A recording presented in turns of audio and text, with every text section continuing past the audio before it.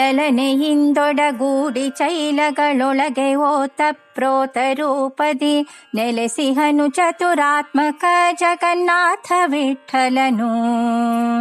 ಚಳಿ ಬಿಸಿಲು ಮಳೆ ಗಾಳಿ ಎಂದರೆ ಗಳಿಗೆ ಬಿಡದಲೆ ಕಾವನೆಂದರಿ ದಿಳೆಯುಳು ಚರ್ಚಿಸುತ್ತಿರು ಸದಾ ಸರ್ವಾಂತರಾತ್ಮಕನ.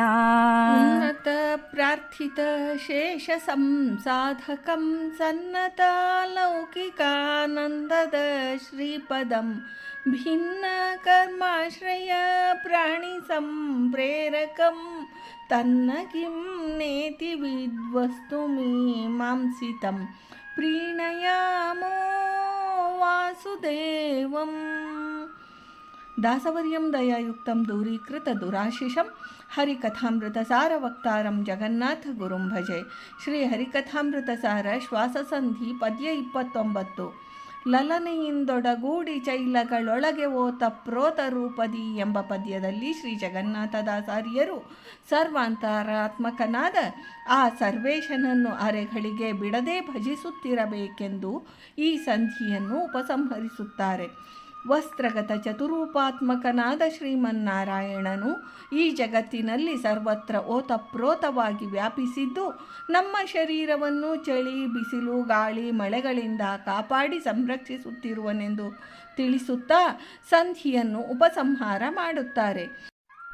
ನೂಲುಗಳಿಂದ ಅಂದರೆ ತಂತುಗಳಿಂದ ನಿರ್ಮಿತವಾದ ವಸ್ತ್ರಕ್ಕೆ ಚೈಲವೆಂದು ಹೆಸರು. ನಮ್ಮ ಶರೀರವನ್ನು ಚೈಲಗಳಿಂದ ಅಲಂಕರಿಸಿಕೊಂಡಾಗ ಅಂತಹ ಚೈಲಗಳಲ್ಲಿ ಶ್ರೀಮನ್ನಾರಾಯಣ ರೂಪಿ ಶ್ರೀ ಪರಮಾತ್ಮನು ವಾಸುದೇವ, ಸಂಕರ್ಷಣ, ಪ್ರದ್ಯುಮ್ನ ಮತ್ತು ಅನಿರುದ್ಧ ಎಂಬ ಸ್ವಾಭಿನ್ನ ರೂಪ ಚತುಷ್ಟಯಗಳಿಂದ ಸಪತ್ನೀಕನಾಗಿ ವ್ಯಾಪಿಸಿಕೊಂಡು ನಮ್ಮ ದೇಹವನ್ನು ಬಿಸಿಲು ಗಾಳಿ ಮಳೆ ಚಳಿಗಳಿಂದ ಸಂರಕ್ಷಿಸುತ್ತಾನೆ. ಲಲನೆಯರಿಂದೊಡಗೂಡಿದ ಚತುರೂಪಾತ್ಮಕ ಶ್ರೀ ಜಗನ್ನಾಥ ವಿಠ್ಠಲ ನಾಮಕನು ವಸ್ತ್ರಗಳಲ್ಲಿ ಓತಪ್ರೋತವಾಗಿ ವ್ಯಾಪಿಸಿಕೊಂಡಿರುವನು.